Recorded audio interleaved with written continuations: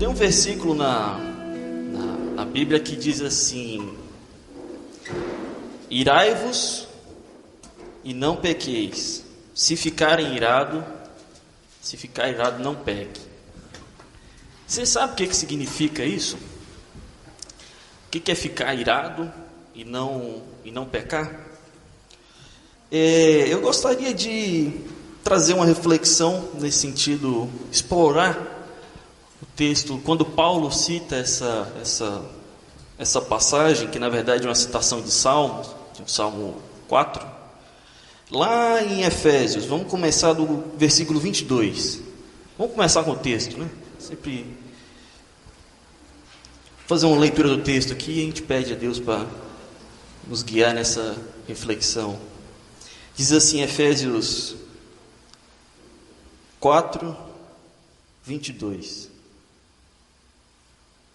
Quanto à antiga maneira de viver, vocês foram ensinados a despir-se do velho homem, que se corrompe por desejos enganosos, a serem renovados no modo de pensar, e revestir-se do novo homem, criado para ser semelhante a Deus em justiça e em santidade proveniente da verdade. É assim que Paulo e a Bíblia trata a conversão, velho homem e novo homem, para marcar uma ideia de novo nascimento espiritual. O novo homem é um renascimento, um nascimento espiritual. Portanto, versículo 25, cada um de vocês deve abandonar a mentira e falar a verdade ao seu próximo, pois todos somos membros de um mesmo corpo. Quando vocês ficarem irados, não pequem. Apaziguem a sua ira antes que o sol se ponha. E não deem lugar ao diabo. O que furtava, não furte mais. Antes trabalhe fazendo algo útil com as mãos, para que tenha o que repartir com aqueles que estiverem em necessidade. Nenhuma palavra torpe saia da boca de vocês, mas apenas a que for útil para edificar os outros, conforme a necessidade, para que conceda graça aos que a ouvem. Não entristeça o Espírito Santo de Deus, com o qual vocês foram selados para o dia da redenção. Livrem-se de toda amargura, indignação, ira, gritaria e calúnia, bem como de toda maldade. Sejam bondosos e compassivos uns para com os outros, perdoando-se mutualmente. Tinha que ver essa palavra, né? Perdoando-se mutualmente, assim como Deus os perdoou em Cristo.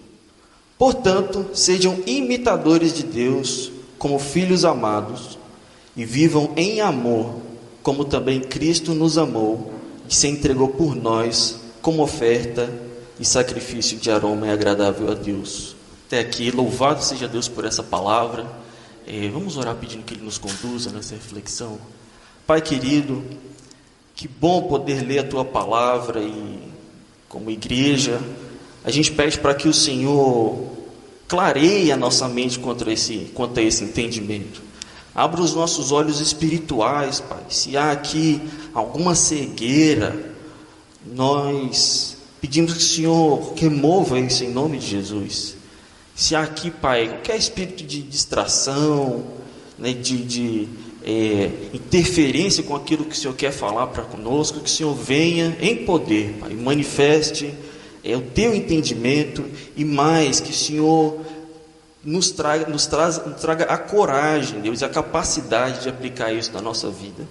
Sem o Senhor, a gente não consegue aplicar nada disso daqui, mas o Senhor nos reveste de uma nova natureza e nos ensina, Pai, a viver de acordo com isso. Por isso nós te damos graças, em nome de Jesus Cristo. Amém, amém. Pois é, pessoal, eu dei o nome aqui da mensagem de restaurados do vício da ira, né? Isso, eu acho que é isso. E muita coisa a gente poderia falar sobre a ira. A Bíblia ela fala muita coisa sobre a ira do homem, a ira de Deus, né? Mas eu gostaria de me ater bastante a esse texto, senão a gente pode, né? Como a Bíblia tem vários versículos, a gente pega às vezes uma trilha e não volta mais, né? E olhando para esse texto aqui, assim, o que a gente repara logo de cara é que Paulo entendeu muito bem que uma igreja que não sabe trabalhar, processar a ira, não consegue ser uma igreja unida. Se os membros de uma comunidade não dão um fim saudável para a sua ira, aquela igreja não consegue caminhar em unidade. E a gente já falou várias vezes aqui que unidade é um princípio fundamental para a igreja. Não funciona, não faz sentido a igreja sem unidade. Seria quase uma blasfêmia contra o que é, o que é o chamado para a igreja, né? Deus chama a igreja para brilhar no mundo, para refletir a glória de Deus, né? E refletir o amor de Deus. Como é que uma igreja que reflete o amor do Deus Todo-Poderoso, que é o Deus de todo amor e de toda paz, vive encrencando? Não faz sentido, né? Então Paulo ele processou que um dos ângulos para acabar com a unidade de uma igreja é você pegar naquela parte da ira, né? Se você, repara bem, se você serve na igreja por em algum ministério, já teve essa experiência, faz alguma coisa, se você já teve a experiência, porque acontece da gente dar aquele esbarrão com outro irmão, né? Pisar no calo de alguém pisa no nosso calo, isso é inevitável. E se isso acontece e a gente não processa isso bem, e a gente vai ver os modos ruins de processar a raiva, a gente não tem nem vontade de voltar aqui, né? Voltar para a comunhão. Que comunhão? Não tem comunhão, não tem, ou seja, perdeu vamos dizer assim, toda a vibe, porque a gente não, às vezes alguns irmãos não conseguiram dar um desfecho legal para a situação. E raiva é um negócio que todo mundo sente, né, gente? Alguém aqui vai falar que não sente raiva? Não existe isso, né? Então, é um negócio que na igreja virou um pouco de tabu, assim, que o crente às vezes não pode sentir raiva, ou então que tem que reprimir a raiva, né? Se mostrar que está nervoso, isso de alguma forma seria assim menos santidade, né? E na verdade a gente vai ver que não é bem assim. Então, essa é a primeira coisa. Paulo pesca que o mau gerenciamento da raiva dentro de uma igreja quebra a união daquela igreja. Enfim, quebra a união de uma família, de um casamento, enfim, isso é um princípio universal. A outra coisa é que tem uma parte nesse texto ali, né, que é entre o versículo 25 e o versículo 32, que ele vem com a listinha, né, uma sopinha de tarefinhas, né? Sejam isso, não seja aquilo outro, para de roubar, não sei o que lá. E a gente às vezes tem a tendência de ler o texto mais ou menos assim, né? Apaziguam a ira, furtava, não furta mais, não sei o que, palavra tua, já sei isso aqui tudo. Aqui está falando para eu ser uma pessoa boa e para eu não ser uma pessoa ruim, para eu não machucar os outros. Ou seja, eu já sabia disso, né? E a gente perde a preciosidade do texto, né? Não, irmão, vamos ler aqui com calma.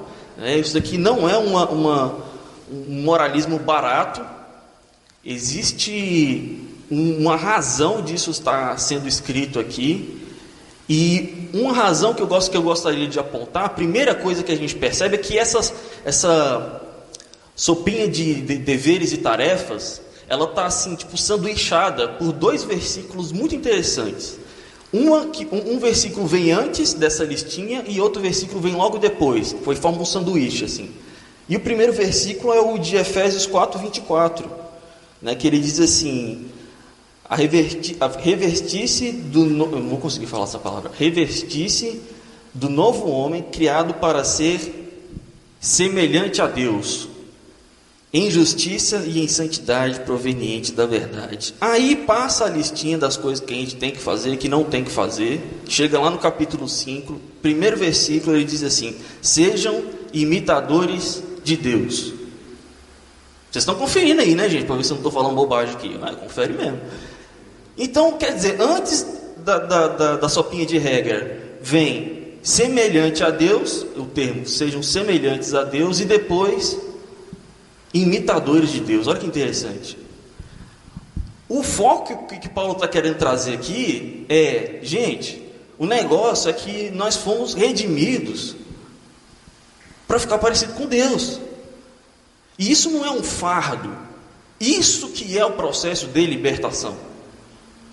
Não existe processo de restauração, em qualquer área que seja, que não passe por um amoldamento de caráter. A gente pode imaginar assim que a gente vai sendo, vou pensar assim, chupado para dentro de Deus. E à medida que a gente é chupado para dentro de Deus, a gente vai se mudando. Aquilo que é indigno dele vai ficando para trás. E a gente começa a ser moldado. Então, cada vez que a gente se parece mais com Deus, mais dentro de Deus a gente estaria. Entenderam a imagem que eu estou usando? Né? Quero ficar mais perto de Deus. Como é que é? Quero ficar mais perto de Deus, mas eu não quero mudar meu caráter? Não existe isso não, gente. Né? Quero conhecer o que Deus tem para mim. Pois é, você vai ter que mudar umas coisinhas aí. Quero não. Então você não quer ficar mais perto de Deus. Porque a gente não quer, a gente ainda tem a ideia de que a gente pode experimentar Deus e gostar do nosso pecado. O problema é que a gente gosta do nosso pecado. Eu odeio o fato de que eu gosto do meu pecado. Mas é verdade, acontece. E eu tenho que batalhar para começar a odiar isso mais ainda e tomar uma postura em um monte de coisa que eu tenho que tomar postura. Eu queria deixar aqui, claro, deixar bem em paralelo aqui aquele versículo que Jesus fala assim: tomem sobre vocês o meu jugo e aprendam de mim, pois eu sou manso e humilde de coração. Eu sou manso e humilde de coração. Jesus falando. Vocês encontrarão descanso para as suas almas. Caráter de Deus.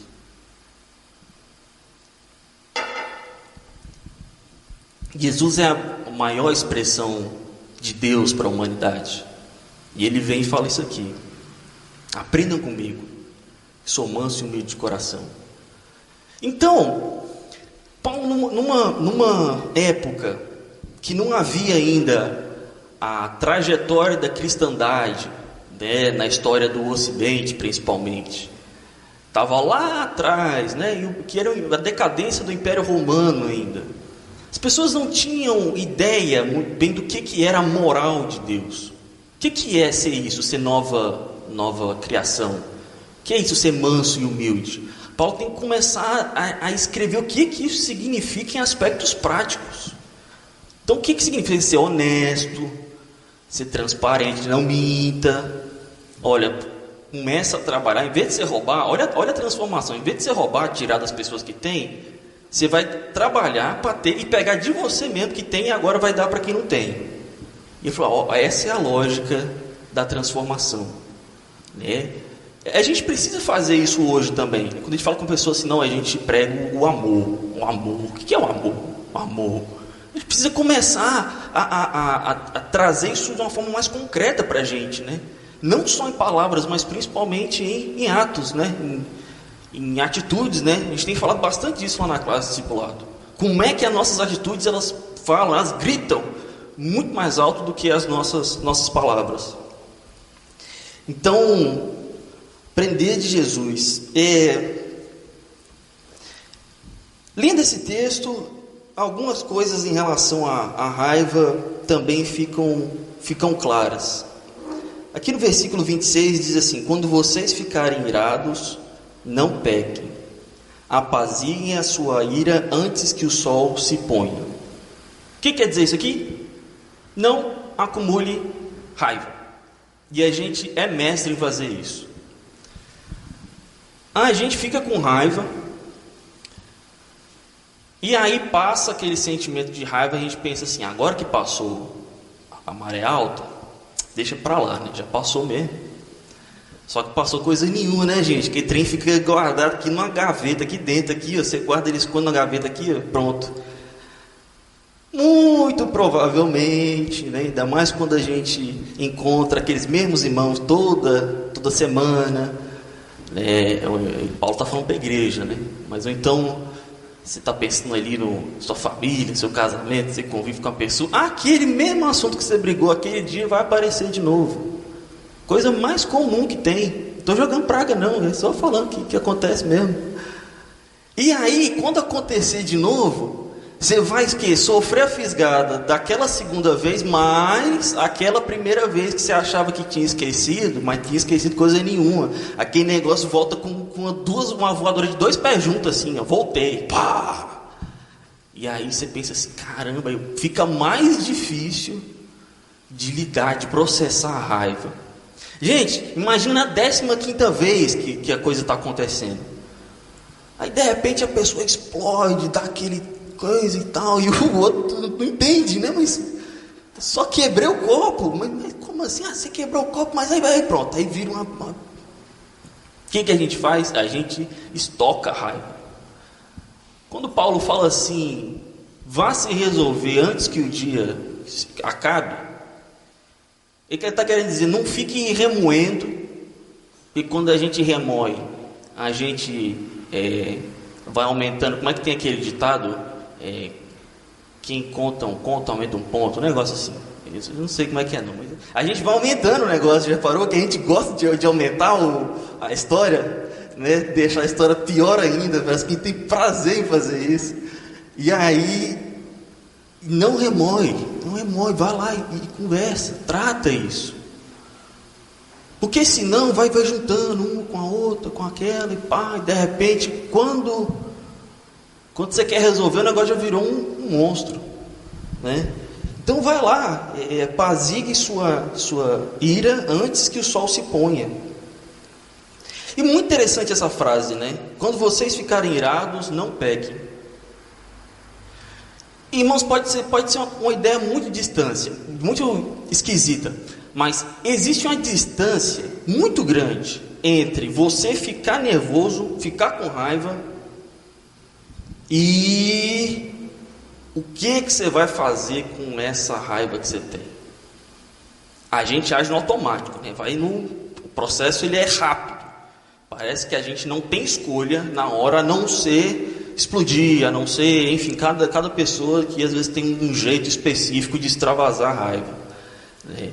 Mas na verdade existe uma distância em que a gente pode trabalhar o nosso comportamento, nosso coração, nosso espírito, para dar uma resposta mais adequada. E a resposta adequada, que tipo de resposta adequada é essa? Paulo fala aqui, sejam bondosos, compassivos uns com os outros, perdoando, né? E muito interessante que o versículo 4:23, sejam renovados no modo de pensar. O jeito que você se posiciona para pensar determinado desafio, conflito, problema. Você tenta antever como é que você vai lidar com aquele problema. Então Paulo está lidando com coisas muito práticas aqui. Nessa carta ele já passou da parte que ele está falando da teologia de uma maneira assim mais abstrata, né? Uma teologia mais, vou dizer assim, não quero dizer usar a palavra pura, senão vai ficar parecendo que é um negócio assim mais elevado. Mas ele já está numa aplicação. Só que para a gente, que hoje, nessa época, a gente lida com um tal de legalismo, com um tal de moralismo, com o tal de reprimir nossos desejos de raiva, né, nossas impulsões de raiva, parece que esse texto ele fica ainda muito abstrato. Porque o que significa isso? Então, livrem-se de toda amargura, sejam bondosos. Eu consigo imaginar isso, mas daqui para eu aplicar, rapaz, tem uma barreira, né? Parece que é muito grande. Vamos explorar isso já, mas ele coloca aqui no texto que ser semelhante a Deus, imitar a Deus, exige de você uma postura que é Se despida daquele velho homem que não se corrompe por desejos enganosos ou não é controlado por seus desejos e renova o seu modo de pensar.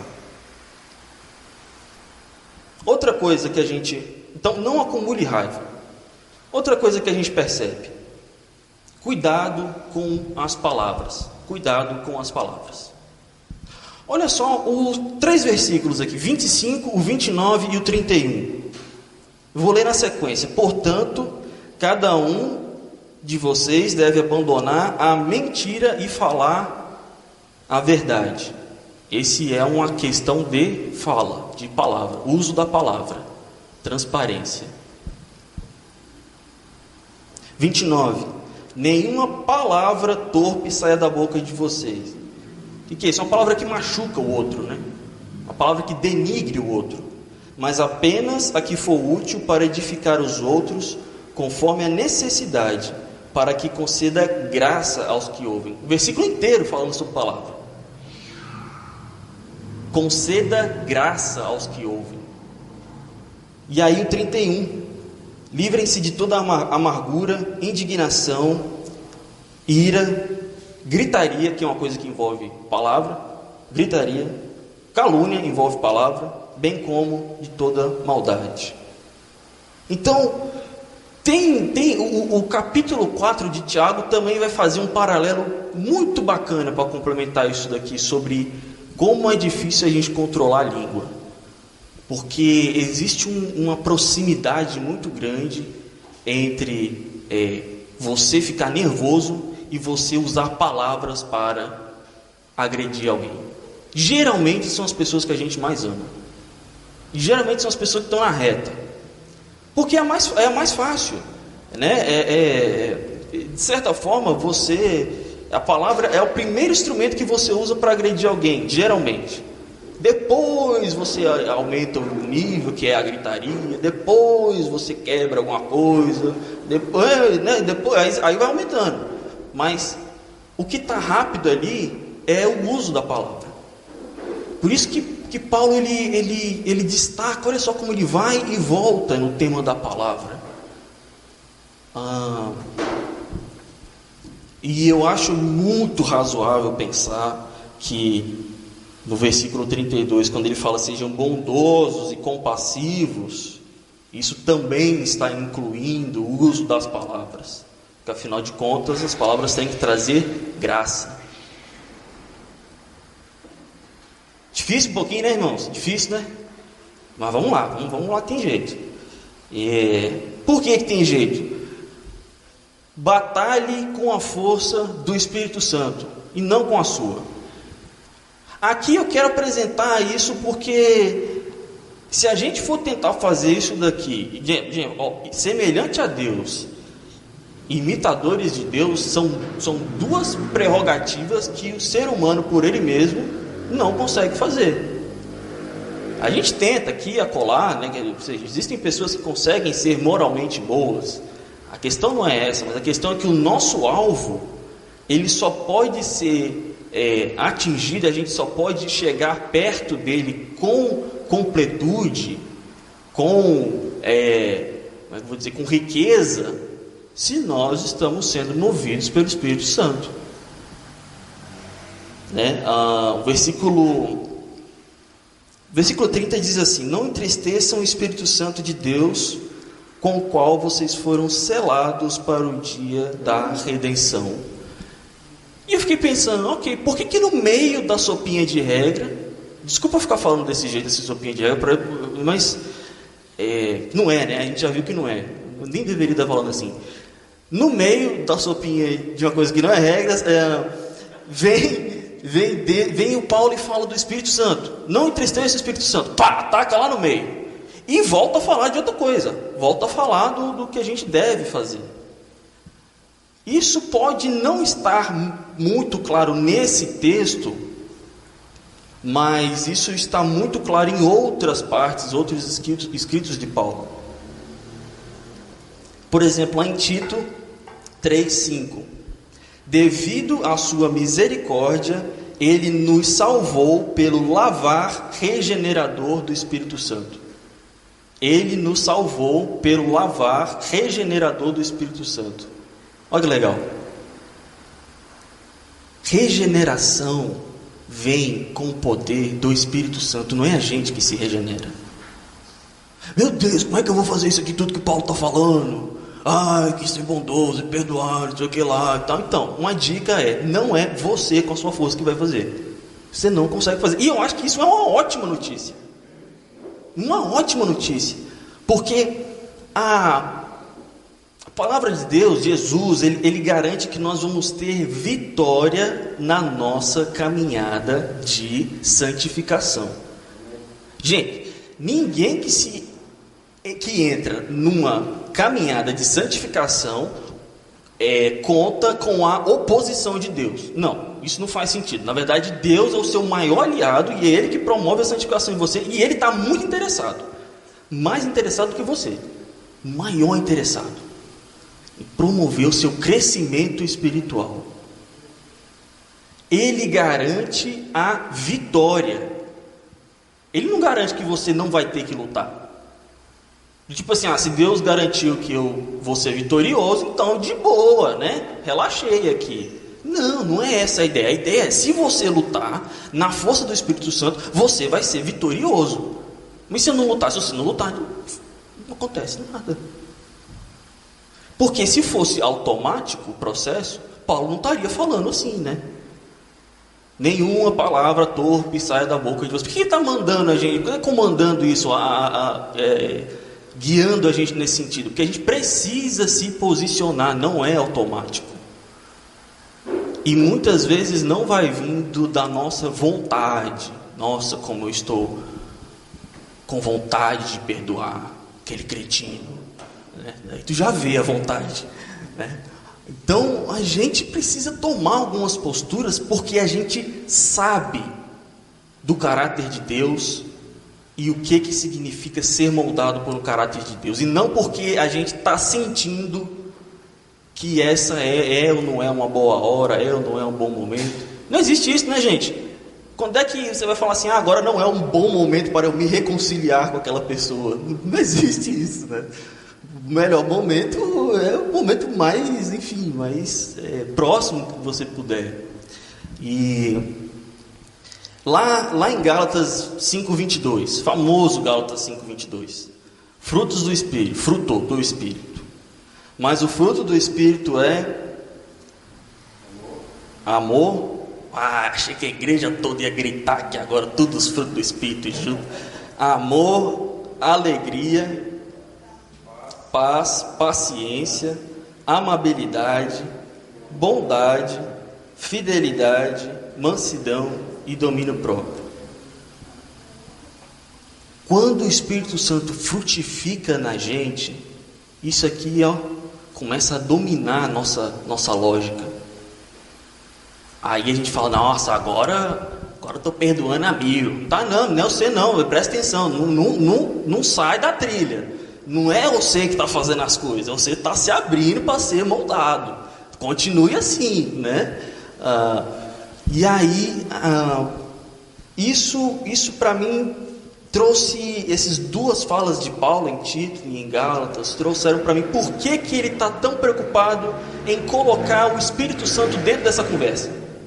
Não entristeça o Espírito Santo, porque o Espírito Santo é um aliado seu para guerrear contra essas mazelas, né? Esse desejo de vingança, de revanche, de não sei o que, é um aliado seu para você lutar contra isso, e não alguém para você entristecer e ignorar, né? Ignorar a presença dele, o caráter dele. Então, não acumule raiva, cuidado com as palavras, batalhe com a força do Espírito Santo. E 4, decida se posicionar, ou então decida batalhar. Porque falar para você assim, é com a força do Espírito Santo, e você fala, beleza, mas você não se posiciona para batalhar, tipo assim, te entreguei a ferramenta, te entreguei a arma, né? Te entreguei a arma e você, beleza, guardou no bolso, e ficou por isso mesmo. Então, exige da gente uma postura, gente, um posicionamento. Esse posicionamento, ele nos leva à restauração. Aqui está uma parte chave da restauração, quando a gente se posiciona em Deus para lutar com a força do Espírito Santo. Se a gente quer pensar em restaurados do vício da ira, do ciclo da ira, a gente tem que entender que parte disso, uma parte crucial, é a nossa decisão de enxergar isso como uma batalha. Então vamos entender a batalha da ira. Algumas coisas de como funciona essa batalha. Eu estou usando a palavra batalha muito de propósito, assim, porque a gente fala bastante em batalha espiritual, não é isso? A gente conhece bastante esse termo. E muitas vezes, na maioria das vezes, quando converso com as pessoas, assim, batalha espiritual significa algo que está fora de mim. Tipo uns anjos, capeta que voa aí, eu não vejo, e eles fazem, eu tenho que repreender e tal. É isso também. Isso faz parte da batalha espiritual, mas o truque da batalha espiritual muitas vezes é o que acontece dentro da gente. E a gente está tão achando que é negócio de anjo, né? Anjo, demônio e tal, que a gente não se liga que existem vários gatilhos, várias coisas dentro da gente que estão sendo, vamos dizer, eu não quero usar a palavra, acho que manipulado é uma palavra muito forte, mas estão sendo influenciadas, estão sendo usadas contra o nosso favor, e a gente não enxerga isso como batalha. E eu queria apresentar essa perspectiva para você, de que existe uma batalha espiritual que é dentro da gente, que ela é contra pensamentos, contra as emoções, contra hábitos. E, muito bem, primeiro passo então é entender que existe uma batalha dentro da gente, e ela é de caráter espiritual, tanto é que Paulo está escrevendo sobre isso. E, aliás, o que não é espiritual, né? Enfim, e existe. Como é que a gente pode pensar essa questão da batalha da ira como, enfim, um cenário que todo crente vive? Eu queria trazer 3 formas, existem mais, mas 3 formas muito comuns da gente expressar a nossa ira, da nossa raiva. E 3 formas que não são muito boas. A primeira é uma forma explosiva, é uma ação direta. Eu vou expressar a minha raiva, assim, que nem, como se diz, na mesma moeda, né? Veio e voltou. A pessoa, não leva desaforo para casa. E existe um mito, pessoal, de que a gente tem que extravasar a nossa raiva quase que a todo custo. Se a gente ficou com raiva, você fala assim, não, você tem que dar um fim nisso aí, senão parece que vai explodir de tanta raiva. E aí a gente tem que, às vezes, devolve com a palavra ríspida, enfim, às vezes faz algum gesto, algum movimento, né, que é não educado, bate na parede, bate no travesseiro, grita, xinga, esperneia, é uma coisa assim, é uma ação direta contra a pessoa, ou que ela é muito, vamos dizer, espalhafatosa. E a gente acredita que isso está resolvendo, né? Estou me aliviando. E na verdade isso não alivia. O tempo que isso funciona é muito pequeno, muito momentâneo. Isso, na verdade, isso cria um ciclo de agressão.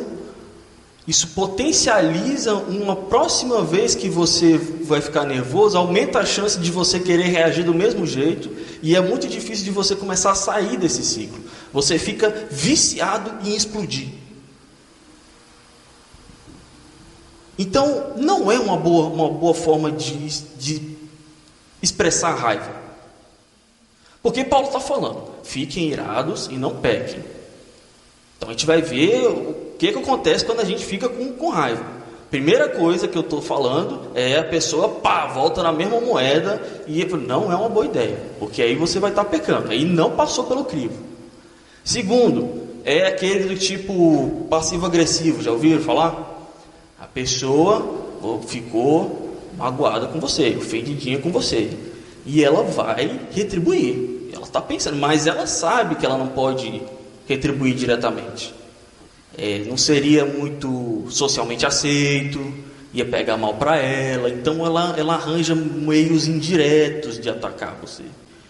É assim, uma fofoca que começa a rolar, é assim, o que mais pode ser? Faz perguntas comprometedoras ou constrangedoras para você em público, se recusa a te ajudar em alguma coisa, a cooperar com você em alguma coisa, né? Ela, enfim, meio que te sabota, né? Essa é a ideia, tenta sabotar você. Então, adiantou, pessoal? Não adiantou, né? Não adiantou porque ainda está dentro da lógica da divisão, da amargura. E muita gente é assim, não, eu não posso estourar, como se o problema fosse o estourar. Aí, com quanto que você não estoure, está resolvido, né? Não está resolvido, não faz sentido. Então, tem o explosivo, tem o passivo-agressivo e tem aquele também muito crente, é esse terceiro aqui. Ele fala assim, não, esse negócio de crente aqui, negócio de raiva aqui, não é para crente não. O crente não pode sentir raiva e eu engulo a raiva. Engulo, mas eu guardo naquela gaveta, né? Que a gente já falou aqui, já guardo lá na gaveta. E a gaveta já está gorda já. E está tendo que arrumar mais gaveta, porque ela assim, ela não se desfaz, ela não processa, ela não resolve a raiva. Ela finge para ela mesmo que não aconteceu nada. Aí ela ficou brava pra caramba. Aí passou a raiva, ela, já que passou, não aconteceu nada não. Tá, mas por dentro tá ali. E ela não se permite sentir a raiva, nem dar um fim, vazão para aquela raiva. E aí dá ruim, claro que dá ruim. Começa a voltar, que sintoma, o corpo começa a manifestar uns trem, dá piripaque, porque não aguenta. Dá uma dor de cabeça, aí começa a dar crise de enxaqueca, um outro dá hipertensão. Tem gente que começa a desenvolver ansiedade, né, problemas psicológicos assim, dá insônia, aliás, a depressão. Aliás, isso é uma coisa muito interessante. Raiva não processada, a pessoa engole, ela finge que não está ali, aí aquilo fica trem sujo dentro da pessoa, sujo, um nojo, e aquilo vira uma amargura, um pântano aquele dentro. E aquela amargura começa a dar um trem ruim na pessoa, e aí começa a desenvolver sintoma depressivo até, começa a desenvolver uma depressão, sinais vai desenvolver isso, aí você vai conversar com pessoas, às vezes uma coisa de bem com a vida, né, boa e tal, a pessoa dá um rosnato, né, que não aguenta isso, e isso vai gerando uma certa, como é que eu vou dizer, um certo ceticismo na fé, né? Como é que a pessoa amarga convive com Deus que é bondoso, de todo amor. O Deus dela começa a ser um Deus meio esquisito, né? Porque ela não se relaciona bem com esses outros sentimentos, esses outros aspectos. Então, enfim, eu sou uma pessoa, um amargurado de recuperação, gente, né? Tô aí no 12 passos do Amargurados Anônimos, né? Graças a Deus, tô bem já. Já fui até liberado lá da clínica. Mas enfim, acontece muito a gente achar que não pode extravasar, tem que reprimir, e isso volta, né? De uma forma que nos causa dano. O que eu estou fazendo aqui, gente? Eu estou tentando pegar esse texto de Paulo, que ele tentou fazer esse texto muito prático para essa época. E estou tentando fazer esse texto, que já é prático, bem mastigadinho para a gente conseguir visualizar, para não ficar sopinha de regra, né? Então, a gente viu 3 formas de expressar a raiva que não funcionam, e é muito comum, talvez você se identificou com alguma. Explosivo, passivo-agressivo e o que reprime, né? Mas isso é expressão da raiva. Existe uma coisa que é a causa ou o gatilho da raiva. Como assim? Eu já explico. 3 causas, 3 gatilhos possíveis. Existem mais, tá? Estou falando assim alguns que eu considerei ser os mais comuns. Primeiro, o aprendizado. Não é à toa, gente, que a Bíblia fala assim lá em Provérbios 22, 24 e 25. Olha só que interessante. Não se associe com o que vive de mau humor, nem ande em companhia de quem facilmente se ira. Do contrário, você acabará imitando essa conduta e cairá em armadilha mortal. Que coisa, né? Já aconteceu com você assim, de ficar muito perto de uma pessoa ranzinza e de repente você começa a ranzinzar também? Eu nem sei se a palavra diz, ranzinzar também, começa a rosnar, né? O que foi? Não, estou andando muito com fulano, tem que dar uma respirada aí. Que a gente vai aprendendo o comportamento, principalmente quando a gente é criança. Falamos, né, na classe, né, irmã, de como nossos filhos e alunos, eles assimilam tanto do que a gente faz e um pouco menos do que a gente fala, né? Eu vejo assim, vários pais falando um para o outro assim: e com que esse menino aprendeu esse negócio aí? Você ensinou? Não, ensinei não. Eu também não ensinei não, mas de onde é que aprendeu? Aprendeu vendo, né? Aprendeu vendo, e a gente absorve muita coisa das pessoas pela atitude delas, sem ver, até mesmo da televisão. A gente se acostuma tanto a ver as coisas na televisão, que nem filme o homem assiste muito filme de ação, né? Esse filme de vingança. Vingança é quase que um princípio inviolável no filme de ação, senão o filme não funciona, né? E se o cara não consegue vingar o outro no final, a gente fica assim: pô, que filme ruim, meu, né? E a gente vai naturalizando uns trem muito esquisito pra gente, né? Muito velho homem, assim. E aprendizado, né? Às vezes a gente teve pais agressivos, tios agressivos, né? E a gente foi assimilando essa agressividade como normal. Por que você reage assim, cara? Mas como é que eu reagiria de outra maneira, né? Para ele é natural. Quem sabe a gente não esteja replicando modelos ruins, né, de pessoas que a gente aprendeu, e maus exemplos. Então, aprendizado. E o outro é a frustração. Gente, coisa mais básica é a gente ficar com raiva quando a gente é frustrado, né? Criei uma maior expectativa de não sei o que, aí não dá certo. Isso dá muita raiva. Você planeja um negócio, você planeja uma coisa para agradar fulano, aí o fulano não aparece, não dá a mínima, ou não gosta, sei lá. Todo mundo aqui já passa por isso direto, né? A gente lida com raiva vinda da frustração o tempo todo. O problema é que existe um vício em criar frustrações, criar expectativas irreais. Tem gente que tem uma dificuldade de realinhar as expectativas. Aí é uma máquina de frustração, uma atrás da outra. Não tem como parar. E gente, uma questão de orgulho. Quando a gente não consegue realinhar as nossas expectativas frente à realidade.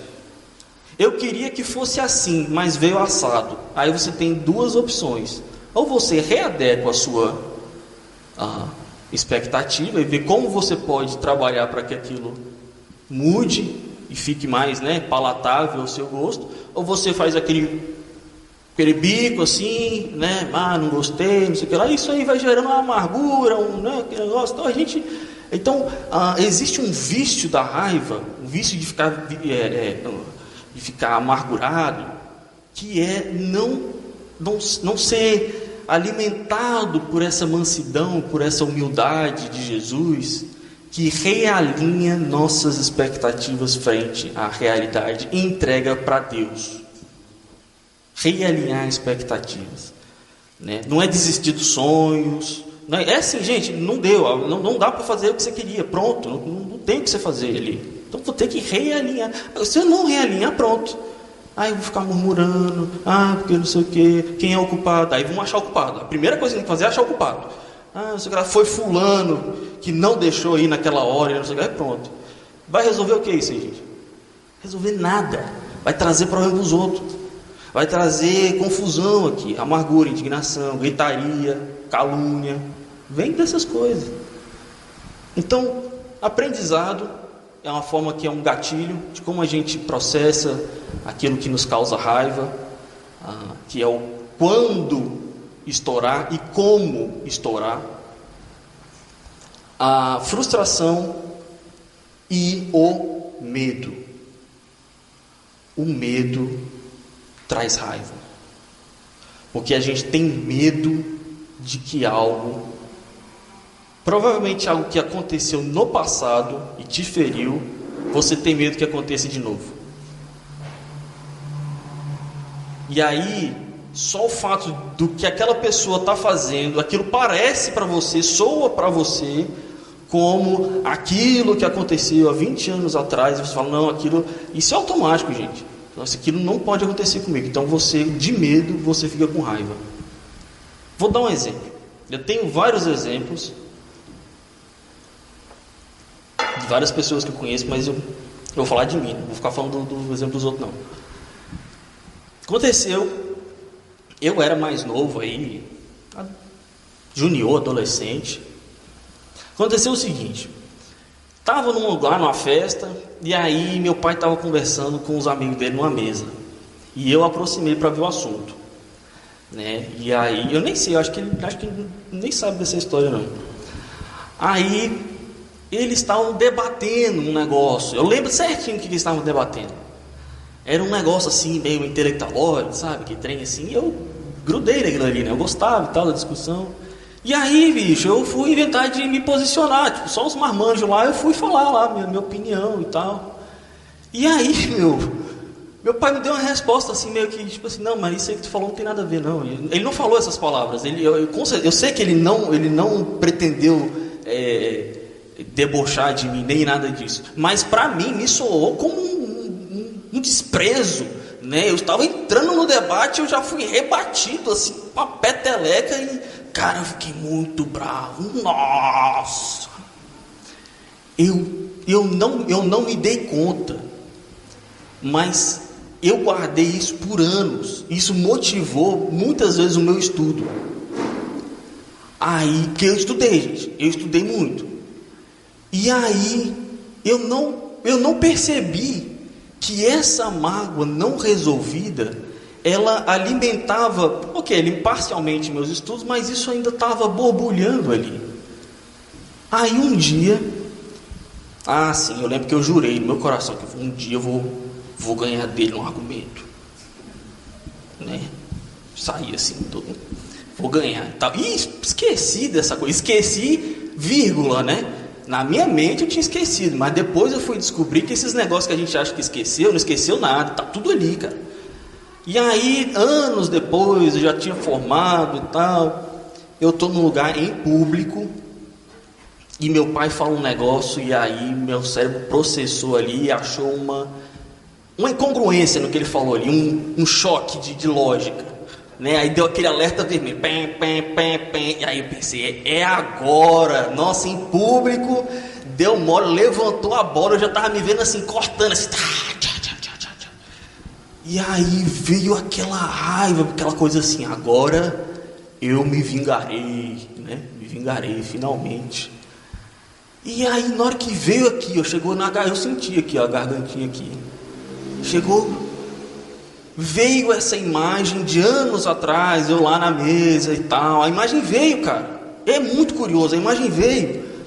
E aí eu falei assim, velho, que esquisito, meu. Eu tô com muita raiva, eu tô fazendo isso aqui no veneno, velho. Tô fazendo isso aqui no veneno. Aí eu parei, segurei, dei aquela trancada assim, sabe? Pra ver se se para aqui. E aí dei aquela respirada. E eu senti o Espírito Santo falando assim comigo assim, vale a pena? Não vale nada. Aí respirei, o negócio foi descendo e tal. Passou e eu fiquei muito pensativo com aquilo. De como é que aquilo tinha se guardado durante tantos anos. E voltou, já teve outras oportunidades que vinha. E eu tive. Mas o nível foi diminuindo, assim, né? De vez em quando vem também, né? Mas Deus foi concedendo a bênção, passo a passo, assim. Nossa, glória a Deus. Mas entende que qual que era o medo? O medo é quando alguém, por exemplo, até hoje, que pega o que eu falo e distorce, eu fico muito bravo. Fico muito, porque parece que vai voltar lá naquela cena da mesa e eu vou ser humilhado, né, pelo que eu falei, né, tipo assim, esse medo, né, de eu ser visto como um cara que não fala coisa com coisa, que quer, né, se fazer de estudioso, mas não é nada. É uns medo assim bobo que a gente tem, né? Tem gente que tem medo de ser ignorado porque foi ignorado em algum aspecto no passado, né? Tem medo de ser abandonado, né? E coisas que parecem com aquela, que lembram, que tem uma configuração muito parecida, evocam esse medo esse medo de ser atingido de alguma maneira. E aí uma forma muito comum da gente lidar com isso é ficando com raiva e descontando na pessoa antes que a gente seja o atingido da jogada. E aí eu fiquei pensando em Paulo e o que ele devia pensar sobre essas coisas todas. E eu pensei nos seguintes encaminhamentos. Vê se você concorda comigo. Investigue o que está por trás da sua raiva. Esse é um bom modo de você tratar a raiva, não só naquela hora que a raiva apareceu e você está inundado, né? A gente fica inundado. Mas nessa hora é muito difícil da gente fazer alguma coisa. A gente pode ali fazer o contato T10, né? Enfim, mas a ideia é que a gente se trabalhe para que a gente chegue nessa hora mais munido. Mas por que eu estou sentindo raiva? Eu poderia estar sentindo tristeza, desânimo, né? Eu poderia estar indiferente. Por que raiva? Já reparou como às vezes acontece a mesma coisa? Uma coisa, tem duas pessoas. Uma fica, nossa, acabou meu universo, estou morrendo de raiva. E a outra está de boa, assim, né? Está existindo, está pleno. Por quê? Existe alguma coisa que toca na primeira pessoa, na ferida daquela pessoa, que não toca na segunda. Isso quer dizer que quando eu uso a palavra restaurados da raiva, no final das contas eu estou dizendo que a raiva ela é só a ponta do iceberg. Existe alguma coisa ali que permite que você sinta raiva. E eu quero dizer que Deus quer tocar nessa ferida. E a ideia de trazer isso tudo aqui é para a gente se abrir para o que Deus quer fazer na gente, da transformação de Deus, para que a gente realmente se veja lavado pelo Espírito Santo e mudado na forma como a gente lida com os nossos sentimentos, né? Então investigue o que está por trás da sua raiva. Aqui a gente não tem como explorar mais sobre isso, mas fica aí uma boa sementinha, assim, né? Que eu tô tentando jogar para vocês. Outra coisa, converse sobre a raiva. Converse sobre a raiva. Quem estava aqui na quarta-feira, que a gente falou de 3 níveis de restauração, né? Que a gente falou sobre trazer a luz, não é isso? Gente, quem não ouviu a mensagem de quarta-feira, fica uma dica aí para você ouvir, que essa daqui é como se fosse uma continuação daquela. Tá? Trazer a luz é muito importante. Trazer a luz para que a gente possa ser curado. Então, conversar com raiva não é uma boa ideia. É melhor esperar, mas conversar sobre a raiva é uma boa ideia, né? Todo relacionamento saudável, toda igreja saudável tem conversas desagradáveis, conversas incômodas. Fulano, tem que conversar com o seu negócio aqui. Você falou que trem lá, bicho? Gostei não. Machucou. Magoou. Né? Você tá sereno, você está sóbrio, digamos assim, não está inundado. Você vai trazer a luz. E você faz isso também sem muita expectativa, porque você fala, nossa, eu vou falar isso com a pessoa, ela vai chorar, vai me abraçar, vai falar que me ama, pelo amor de Deus, me perdoa. Aí você vai lá falar com a pessoa e a pessoa nem dá muita bola que você está falando. Aí vou lá, falo com o Atos, você me machucou e tal. O Atos, mas tu também, tu vacilou. Aí pronto, aí ficou pior ainda. Então, aí de novo, a expectativa, né? A expectativa, mas cara, tu vacilou, pois é, mas independente, velho. O jeito que tu falou, não precisava. Porque o bondoso, o perdoem-se, ou sejam compassivos, é para você e é para mim. A ideia de Paulo é que quando eu vou pedir perdão para alguém, essa pessoa esteja disposta a me perdoar. Essa é a lógica de Paulo. E se eu ferir o Atos, por exemplo, eu ser proativo para ir lá pedir perdão. Essa é a ideia, que um tá querendo ser mais bondoso que o outro, digamos assim. Agora, nem sempre todo mundo está nessa mesma vibe. Mas sabe o que é interessante? Jesus se relacionou com muita gente assim, que não estava na mesma vibe que ele. E ele continua se relacionando com muita gente assim hoje, né? Que não está na mesma vibe que ele. Provavelmente você pode ser uma dessas pessoas que não está na mesma vibe que ele em muitos aspectos, né? Então, a gente aprender com ele e entender que, cara, maturidade do irmão, então, né? Não querer resolver. A minha ideia era resolver, mas enfim, trazer isso à luz e perdoar. Tinha que ter essa palavra aqui no versículo 32, né? Perdoando-se mutuamente como Deus os perdoou em Cristo. A gente merecia o quê quando Deus nos perdoou em Cristo? Nada. A gente foi perdoado. O perdão que a gente recebeu de Deus é muito maior do que qualquer perdão que a gente vai ter que liberar nessa vida. Faz a soma de tudo quanto é perdão que a gente tem que liberar nessa vida. Não se compara com o tamanho do perdão que a gente recebeu. E a gente marra a miséria para perdoar o outro. Mas é difícil. Por isso que eu gostaria de incentivar você a ver isso como uma batalha. Não é automático, tem que batalhar para perdoar o outro. Por quê? Isso é a sua restauração. Quando eu falo que a sua restauração é se parecer com Cristo, pronto, eu não consigo ser mais claro do que isso. A sua restauração não é um negócio que vai, sei lá, te deixar rico, te deixar... Vai te deixar bem, vai te deixar tudo isso aí. Mas o princípio da restauração é você vai ser mais parecido com Cristo. Então, enfim, uma coisa que pode ajudar também é, além de investigar o que está por trás da sua raiva, conversar sobre a sua raiva com o seu irmão. Você pode pedir um mediador para a coisa não virar uma conversa de condomínio, né? Você começar a enxergar outros ângulos da mesma situação. Poxa, o irmão Ronei falou aquilo lá para mim, mas será que ele quis realmente falar aquilo daquele jeito mesmo? Tal? Aí eu vejo assim que existem outras formas de interpretar aquilo que ele falou. Ô Atos, vem cá, o que tu acha daquilo ali que o Ronei falou para mim? Acho que não tem nada a ver não, velho. Aquilo ali é porque ele estava indo para o trabalho, não sei o que lá e tal. Ou seja, me ofereceu um outro ângulo para ver a mesma coisa. Eu falo, é mesmo. Eu achei que ele estava mandando indireta, velho, isso aqui lá. Aí, não, relaxa, isso aqui. Então, ou seja, procurar outros ângulos de ver com os irmãos para resolver aquele conflito.